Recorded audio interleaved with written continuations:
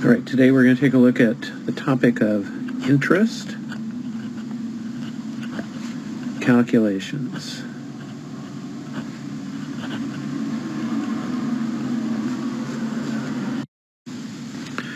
Okay, we're going to look at simple interest calculations today. And these are the same whether you're the borrower or the lender. Let's take a look at number 1. On May 7th, 2016, Donna borrowed $1,000 from State Bank on a 1-year 6% note payable. We have to figure out, first of all, the maturity date. So you start with the lending date, May 7th. This is a 1-year note payable. Very simple. The maturity date is going to be the same day next year. May 7, 2017 will be the maturity date. So Donna's going to have to pay back the principal plus the interest. The interest is calculated using a formula, and the formula is interest is equal to the principal times the rate times the time.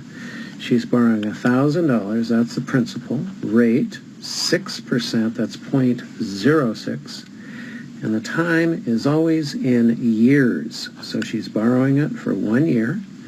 If you multiply 1,000 times 0.06 times 1, you get $60 for your interest. That's the interest she's going to have to pay. In essence, she's going to have to pay the $1,000 back plus $60, or $1,060. So this is what I'm going to call a year note.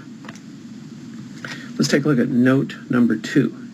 On January 21, Sally borrowed $1,000 on a 3-month 6% note payable. Look at your borrowing date, January 21. This is a 3-month maturity. It's very much like a year note, only you count forward on the months. So January 21, February, March, April 21, 2016 will be the maturity date. The interest is calculated very similarly to the other one.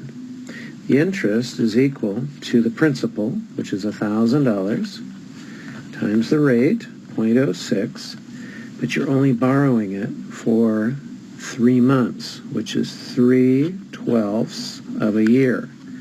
So that'd be $60 times a quarter. It's going to turn out to be $15. So at maturity, she pays back $1,000 plus $15. This is what I'm going to call a month note. And the third one, as you might guess, is going to be a day note, where we count the days. So on April 12, 2016, Ken borrowed $1,000 on a 90-day 6% note payable.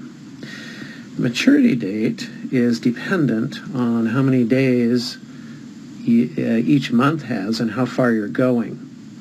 So he's borrowing on April 12th. The first thing you have to calculate is the number of days left in April. So there's 30 days in April, subtract 12, so that's 18 days in April, plus 31 days in May. You've got to keep going till you hit 90 days.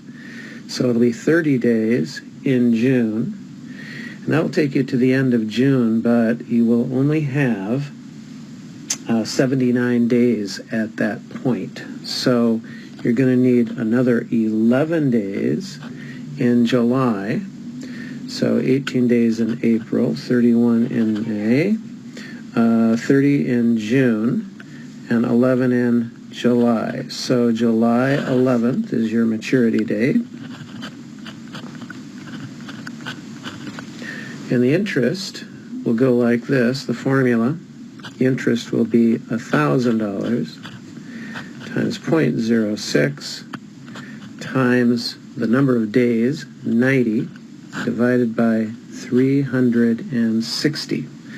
Most textbooks use a 360-day year, although you and I know that we have calculators that could handle 365. So take 60 times 1/4, and you get $15 for the interest that needs to be paid at the end of the 90-day period, along with the principal. All right, so you have a year month, a year note, a month note, and a day note. Use these strategies to calculate the interest. This is also useful when you're aging accounts receivable, because you'll need to count the days in that instance as well. Okay, that's it. Thank you.